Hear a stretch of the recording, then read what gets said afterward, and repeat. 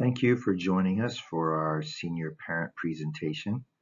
We received a lot of feedback from our survey of kind of what you wanted to know in tonight's presentation, so hopefully we can answer those questions.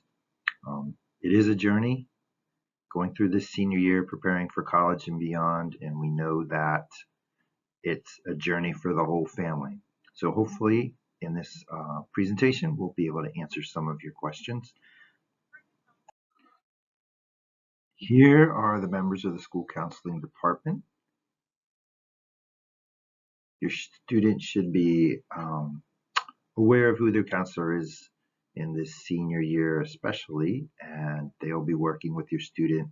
We'll talk about later setting up a senior meeting with their counselor to kind of review the college process, what forms are need to be filled out, and what we send to colleges. Here's tonight's agenda. The topics we're going to be going over, hopefully again answering the questions that you submitted through the survey we put out before the presentation. Obviously, paying for college is our number one thought this time of year with seniors. There are a number of different ways to pay for college. This is a unique opportunity at Berea College.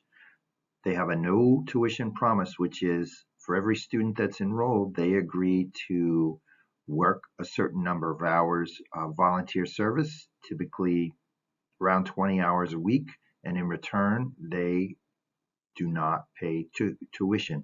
There are about 7 or so colleges in the United States that have something similar, but Berea College is a great college in Kentucky. It offers a lot of opportunities, and this is open to students from Virginia, the no tuition promise.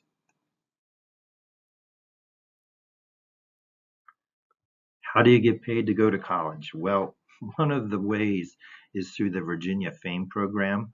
Last year, we had a student, the only one in this region to be accepted into the Virginia FAME program in high-tech manufacturing. Our student gets paid between $15 and $20 an hour, or students in the program get paid between $15 and $20 an hour. This particular company, EPT, they are also paying our former students tuition. So not only is their tuition covered, they're also being paid for the internship slash job they're doing. They attend classes 2 days a week at Richard Bland College of William and Mary in engineering, high-tech manufacturing, history of manufacturing and engineering. Those courses are all kind of clustered, so the students in the FAME program are in the same classes. 2 days a week in college, 3 days a week, or possibly more if they wish, at their company. So students are reimbursed for their tuition and get paid for their internship. After 2 years, they get an Associates of Science degree. They can continue to work for the companies that they're internship at in most cases, or many of the students go on to four-year institutions and continue a relationship with the companies that they've worked for. Some of these companies even pay for all 4 years of college as long as the student is working there or returns to work there. So again, a great opportunity, not something a lot of folks have heard about. We were very fortunate to have a student accepted into this program last year. If you want your student to be involved in this program, please contact the counselor of your student, and Dr. Majette, who runs this program at Richard Bland College of William and Mary for the Virginia FAME, will be in contact with you. Sometimes our students think there isn't a college out there for them. Here's an example. Otis College of Art and Design. How many people could go to college to be a toy maker? There's over 4,000 different colleges. So many different majors, it's hard to even imagine. When we hear students say that college isn't right for me, or I don't think there's a college that would have what I like, we talk about colleges like this, Otis College of Art and Design. It's a great opportunity for students to be creative, but who knew you could get a major in designing toys? Here are two other examples of, hey, I didn't know that existed. Maybe college is something I can look at because I love marine biology. Aquaponics.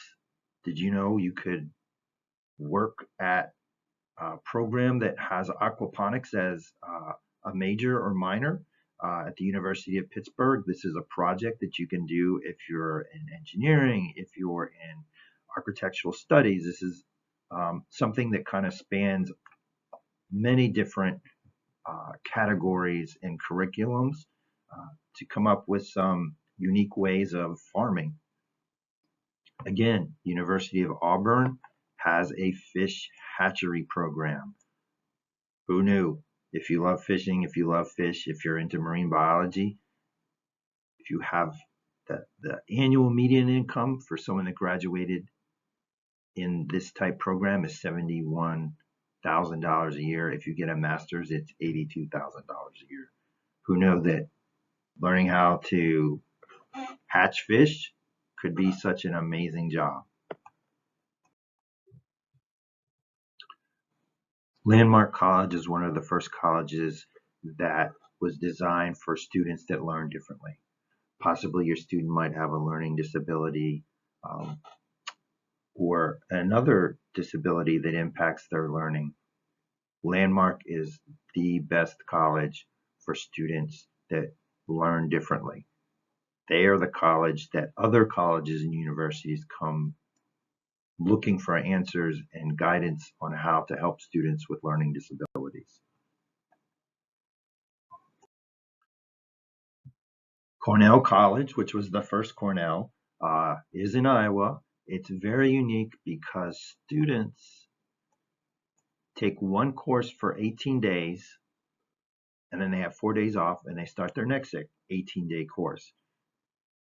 If you have a student that really would be good focusing on one course at a time, this is a perfect opportunity for them. A few years ago, Dr. Tepper from Cornell College spoke about his marine biology program to our dual enrollment AP biology class. What is amazing, he takes his entire class to Belize, to a research island, for those 18 days. So not only is it one course at a time, they are determined to give students real life experiential learning. Truly a great school for students that maybe need to learn in a different way or like hands-on learning. Cornell College. This is an article that came out in Virginia Magazine over the summer. Since this was published, there have been plenty other of articles on, hey, colleges are ranked, but is it something that is truly a reflection of, is a college number 1 or not, or number 5 or number 10?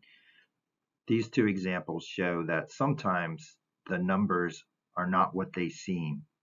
So I would tell you to look up this article.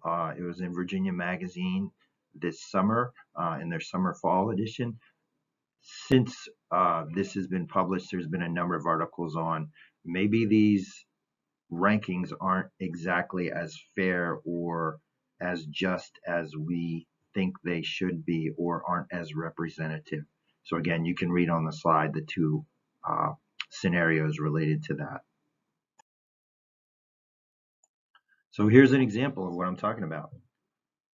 Who has the better engineering program? If you go by last year's rankings, is it Virginia Tech or Purdue? What would have the better program, Virginia Tech or Purdue? Surprised? Well, last time I asked this question, only 9% of the 120 people in the audience got it right. Purdue is ranked higher if you go by rankings. It is a great place for students that are interested in engineering, and it's something students should really look at. Most folks from this area may not have heard of Purdue, but it's good to always investigate, look at, visit if possible to find out, is it really the best place for you? Another example, who has the better computer science program, UMass or Yale? University of Massachusetts at Amherst or Yale? Well, they both ranked the same. They were tied. So again, this kind of points to the fact that you might not have heard about it, but it's a good program at UMass Amherst. Um, Take a look again, find if it's the right place for you. Don't put everything in rankings. Um, really investigate, find out a goodness of fit for you and your student, because this is where they're going to be for 4 years, hopefully just 4 years.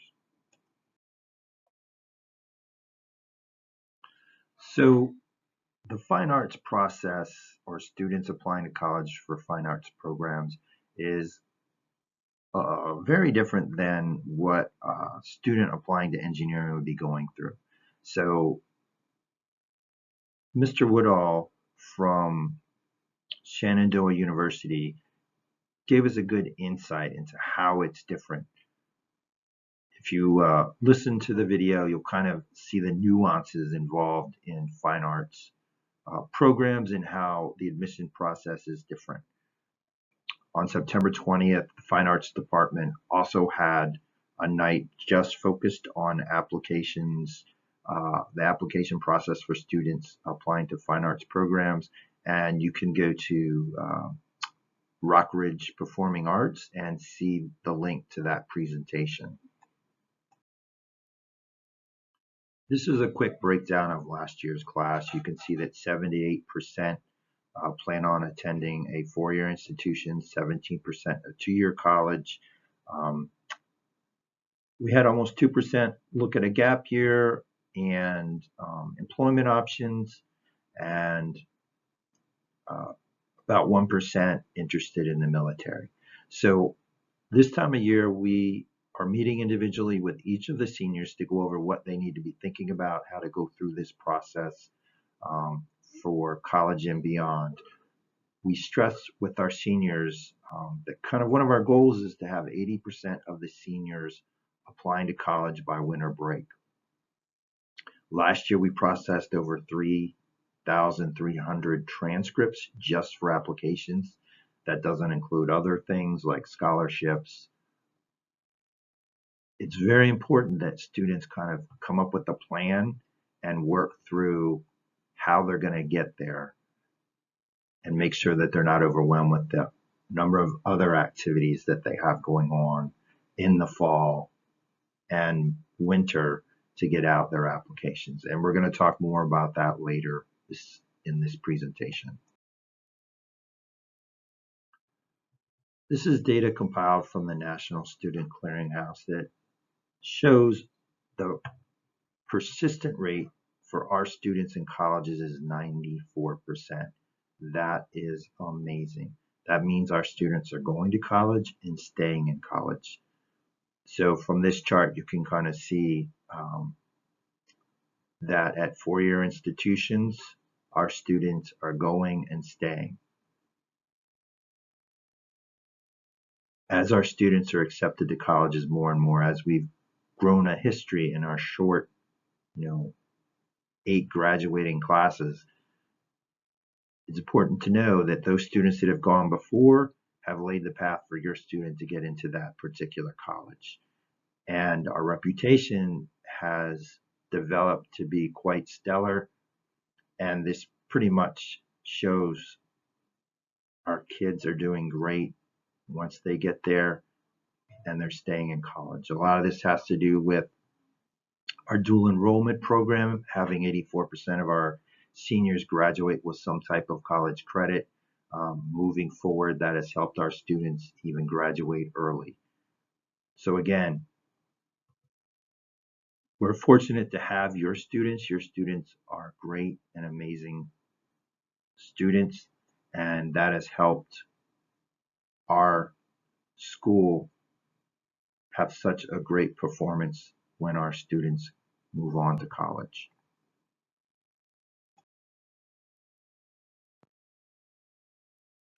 The senior webpage has a wealth of information that is applicable to a senior's college application process. All forms can be found on this site, and it might be best for your senior to bookmark the page. When applying to colleges or any other programs, it is important to create an appropriate email address. It is also recommended that parents know the password as well. According to U.S. News, typically, experts say, if admissions officers are looking at a prospective student's social media account, it's because a link to the profile was included in application materials. Linking to social media can be a good way to showcase certain skills or add more information, though the effort may not always pay off considering the sheer volume of applications colleges see. It is important for your student to have an interest and want to attend all the colleges they are applying to. Do college visits, have your student meet with representatives, and complete research to find the best fit for your student. Some components to take into consideration when researching schools are: do they have your student's program of study? What is the school size and the class sizes? What is the location of this college or university? How much does it cost? What are the housing options near campus, alongside with other key components? Naviance, Common App, and College Board Explorer are wonderful resources to use. In addition, we recommend touring campuses and taking advantage of the college visits here at Rockridge.